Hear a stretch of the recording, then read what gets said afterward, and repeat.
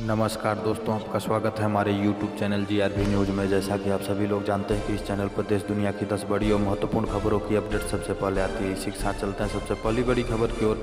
PM Modi corona टीकाकरण को लेकर सोमवार को सभी मुख्यमंत्रियों के साथ करेंगे बैठक। प्रधानमंत्री नरेंद्र मोदी कोरोना वायरस के टीके को लेकर सोमवार को सभी राज्य के मुख्यमंत्रियों के साथ बैठक करेंगे। सूत्रों की माने तो पीएम मोदी के मुख्यमंत्रियों के साथ यह बैठक शाम 4 बजे से शुरू होगी।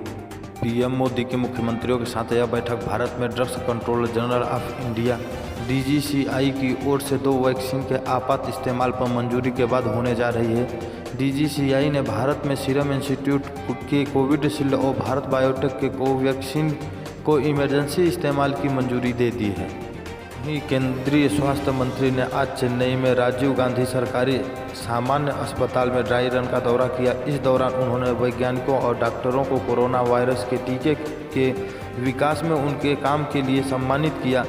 साथ ये भी कहा कि अगले कुछ दिनों में ही देश में लोगों को टीके उपलब्ध कराए जाएंगे। इसी के साथ अगली खबर, 15 जनवरी को होगी 9वें दौर की बैठक। कृषि मंत्री बोले, किसान वैकल्पिक प्रस्ताव दे तो करेंगे विचार।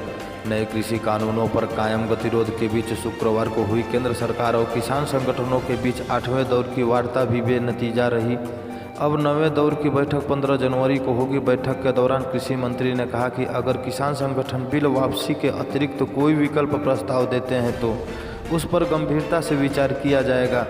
बैठक के बाद केंद्रीय गृह मंत्री नरेंद्र सिंह तोमर ने कहा कि आज किसान यूनियनों के साथ तीनों कृषि कानून पर गहन चर्चा हुई, लेकिन फिर भी कोई समाधान नहीं निकल सका।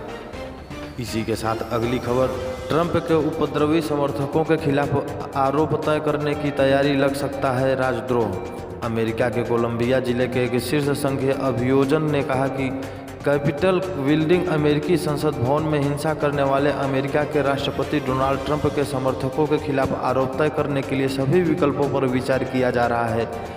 वाशिंगटन DC के कार्यवाहक अटॉर्नी माइकल शेरविन ने कहा कि अभियोजक उपद्रवियों पर अनाधिकृत प्रवेश, संपदा की चोरी समेत 15 मामले दर्ज करने की योजना बना रही है तथा कई अन्य आरोप तय करने के लिए जांचकर्ता अभी और सबूत जुटा रहे हैं।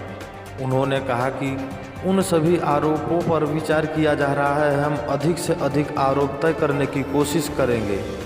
इसी के साथ अगली खबर, पश्चिम बंगाल में विधानसभा का विशेष सत्र 27 जनवरी को कृषि कानून और GST पर होगी चर्चा। पश्चिम बंगाल में विधानसभा का विशेष सत्र 27 जनवरी को होगा। विधानसभा सत्र में कृषि कानून के साथ साथ GST पर भी चर्चा होने की संभावना है।